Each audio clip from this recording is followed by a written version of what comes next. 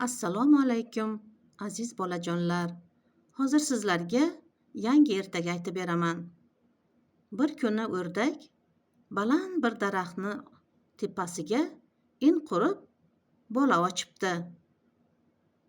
Bundan ayyor tulki xabar topibdi va uni ishtahasi ochilib, o'rdak yashaydigan daraxt ostiga yuguribdi. Kelibdi-da, shunday debdi: "Hoy o'rdak, agar hoziroq menga polaponlaringdan birini tashlamasang, mana shu daraxtni yiqitaman-da, iningni buzib, hamma bolalaringni ham, o'zingni ham yeb qo'yaman" debdi. Bundan o'rdakxon juda qo'rqib ketibdi-da, bitta polaponini tashlab yuboribdi. Tulki uni yeb, ertasi kuni yana kelibdi. O'rdakxon qo'rqib yana bitta polaponini tashlabdi.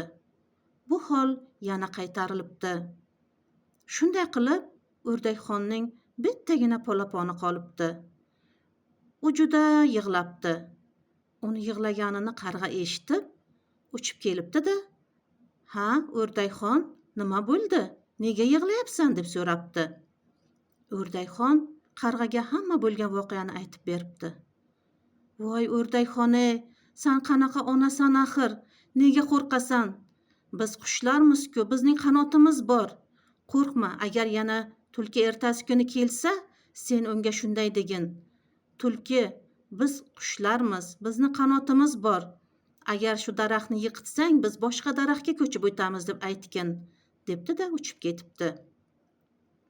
Ertasi kuni tulki yana kelibdi-da, yana o'rdakdan polapon talab qilibdi. Shunda o'rdakxon dadil gapiribdi: "Hoy tulki, agar qo'lingdan kelsa, shu daraxtni yiqit. Biz qushlarmiz, bizni qanotimiz bor. Agar yiqitsang, biz boshqa daraxtga o'tamiz" debdi. Shunda tulki yengilganini bilib, qochib ketibdi. Aziz bolajonlar, Alloh qushlarga qanot bergan bo'lsa, insonlarga esa aql-zakovat bergan. Siz aql-zakovatingizni ishlatsangiz, hayotda mana shunaqa tulkilarga o'xshagan insonlardan hech ham yengilmaysiz. Hayotda bunaqa tulkiga o'xshagan insonlar juda ko'p uchraydi. Siz esa aqlingizni ishlatib, qush kabi parvoz qiling. Xayr.